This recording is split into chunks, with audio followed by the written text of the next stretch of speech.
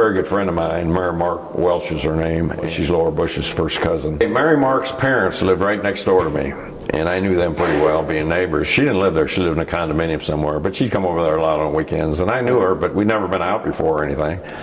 And one day she's out in the front yard, or their front yard, and I was in my yard doing a little yard work. She walked over and said, "Would you like to go to Bush's inauguration with me as my guest?" I said, "Sure." So she took me to the White House, and I went to the White House 5 times after that. We went to the Christmas party every year. She always took me as her guest, and a lot of other Bush functions I went to, and I still go to a lot of Bush functions. Did you meet the president?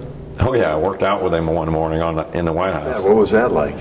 Well, it was he and I and 2 Secret Service men working out together, and the president didn't talk too much, just kind of, you know, I mean, he didn't have too much to say, and I didn't want to bring up politics. I didn't think he didn't want to talk to me about politics.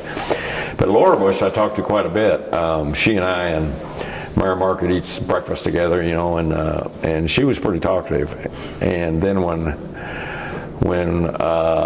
Mary Mark's mother died, the funeral was here in Dallas at Lover's Lane Methodist Church, and I went to that, and we had a function afterwards, and I sat next to Laura Bush and talked to her quite a bit. Yeah, what did you guys talk about?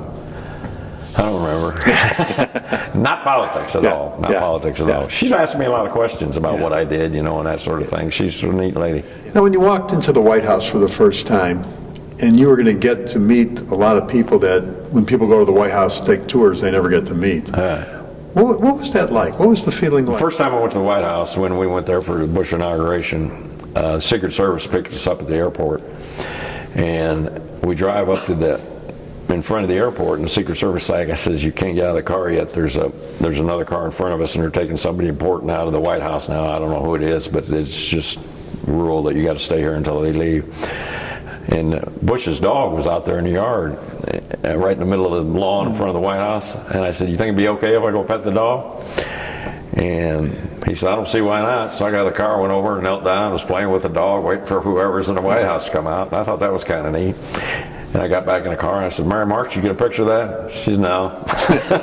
when you have dinner in the White House, it's usually like 5 or 6 round tables, you know, and maybe 6 to a table. And I had dinner one night with Condoleezza Rice, who was a really neat lady.